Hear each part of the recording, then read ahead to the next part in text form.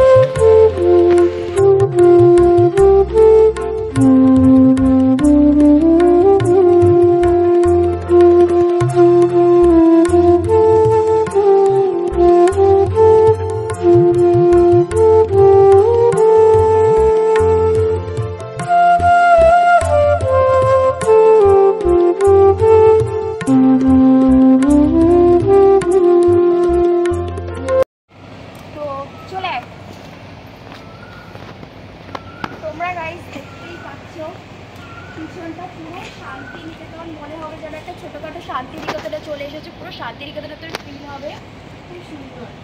এখানে পেইন্ট করা আছে এগুলো।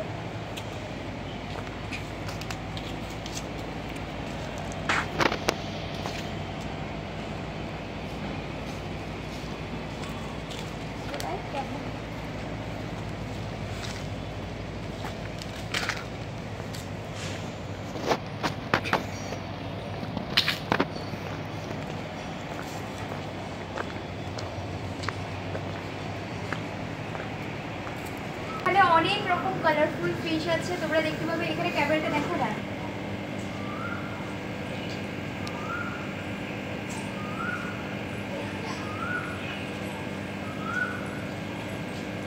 তো বন্ধুরা এখন বাজে মোটামুটি হচ্ছে 3:17। আমরা বেরিয়েছিলাম দুপুর 2:30 নাগাদ, আর এখানে মোটামুটি ওই টাইমেই ঢুকে গেছি। তো আমাদের এখান থেকে টিকিট মূল্য নিয়েছে মাত্র 10 টাকা। আর এটা ওপেন থাকে হচ্ছে সকাল 10টা থেকে দুপুর 2টো, তারপর 3টে থেকে বিকেল 5টা। তো এখানে সেরকম কোনো, ওখানে গেটে লেখা আছে বিষয়টা, বাট সেরকম কোনো ব্যাপার নয়। এখানে অল টাইম সকাল 10টা থেকে বিকেল 5টা পর্যন্ত আরামসে সবাই থাকতে পারে, যে কেউ আসতে পারে, কোনো ব্যাপার নয়।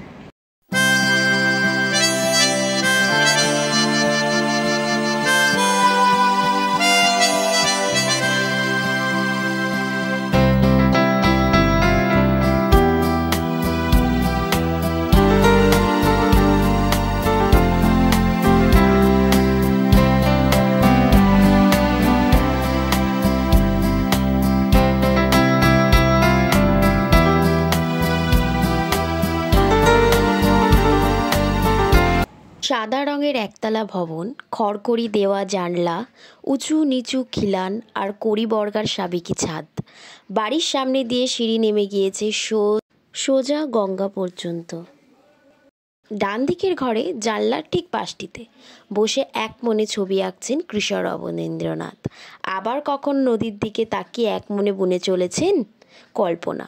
দীর্ঘ সময় ধরে জীর্ণদশায় পড়ে থাকার পর পশ্চিমবঙ্গ সরকারের পর্যটন বিভাগ এবং কোন্নগর পৌরসভার যৌথ উদ্যোগে 2020 সালে 5ই মার্চ নতুন করে সেজে উঠেছে গঙ্গার ধারে এই প্রাচীন স্মৃতিসৌধটি।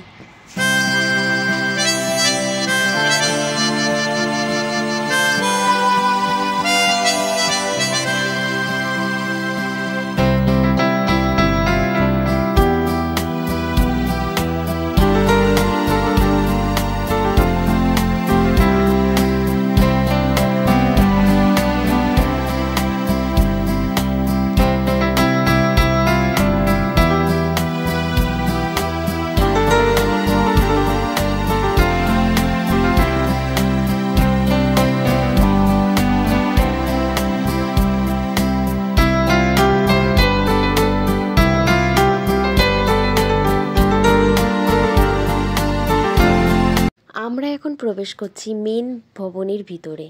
তো চলো বন্ধুরা, দেখে নাও ভিতরে কি কি রয়েছে। রয়েছে অনেক কিছুই, অনেক স্মৃতি, অনেক পেইন্টিং। আশা করি তোমাদের খুব খুব ভালো লাগবে।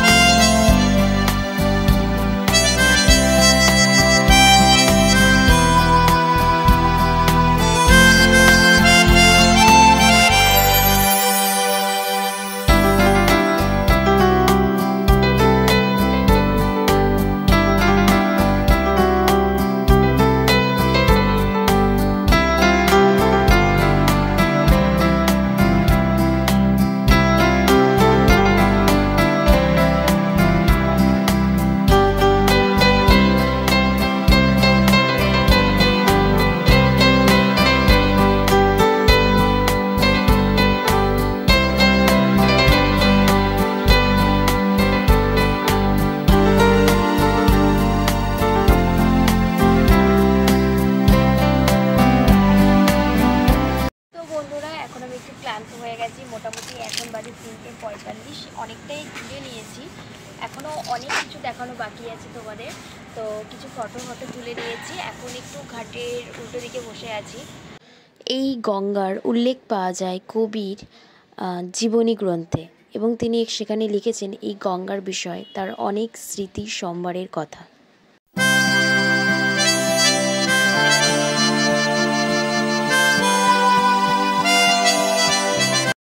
এখনও তো 3:45 বাজে, এখনও ভিড় সেরকম নেই, খুবই কম লোকজন আছে। সবাই নিজের মতো ফটোশ্যুট করছে, ঘুরছে আরামসে। একটা শান্তিপূর্ণ জায়গা, খুব সুন্দর পরিবেশ, আর আসলেই মনটা খুব ভালো হয়ে যাবে। তো আমরা এখন এখানে বসে রয়েছি, কিছুটা টাইম স্পেন্ড করছি। আর আমি রিকোয়েস্ট করবো তোমরা একবার হলেও তোমরা এসো, তোমাদের খুব খুব ভালো লাগবে জায়গাটা। খুব সুন্দর জায়গা, জাস্ট বলে বোঝানো যাবে না। চারিদিকে এত সবুজে সবুজ প্রকৃতি, আর এত শান্ত নিরিবিলি, পাখির কুহু কুহু ডাক। জাস্ট এই বিকেলটায় মানে একটু অন্যরকম ফিল হচ্ছে। বদ্ধ ঘরের মধ্যে থাকাচ্ছে, আমার মনে হয় মাঝে মধ্যে 10টা মিনিট টাইম করে যদি এখানে আসা যায় তো অনেকটাই ভালো লাগবে, তো ফ্রেশ মাইন্ড। তো বন্ধুরা চলো, সামনেই একটা ওটা ওয়েল মতো আছে, অ্যান্ড ওখানে লোটে থাকে। আগে দেখেছিলাম, অনেকদিন পরে আসলাম, তো এখন জানি না কী আছে। চলো তোমাদের চক্কর দেখায়। সামনে একটা বাচ্চাদের চিলড্রেন্স পার্ক রয়েছে, বাচ্চারা অনেকেই দোল খাচ্ছে, স্লিপ রয়েছে। বাবা, এটা আওয়াজ শুনছে। আমি কন্টিনিউয়াসলি কথা বলে যাচ্ছি এই দিকে, আর আমার সাথে যে আছে আর কি, আমার ক্যামেরা যে ধরছে সে তাকিয়েছে অন্যদিকে, মানে অন্য লেভেলেরই। তো এটা বড়, কিন্তু ভিতরে অনেক ফ্লাওয়ার রয়েছে, পাতাগুলো আমি দেখতে পাচ্ছি। বাগানবাড়ির সামনে যে রাইডসগুলো আছে ওগুলি ছোটদের, বড়রা যারা উঠেছে অ্যানাউন্স করে বলা হচ্ছে যে বাচ্চাদের যে খেলনাগুলো রয়েছে সেগুলোতে বড়রা নট অ্যালাউড, বাট বড়রাও ওগুলো উঠছে, তো ওরা স্ট্রিক্টলি বারণ করে দিচ্ছে।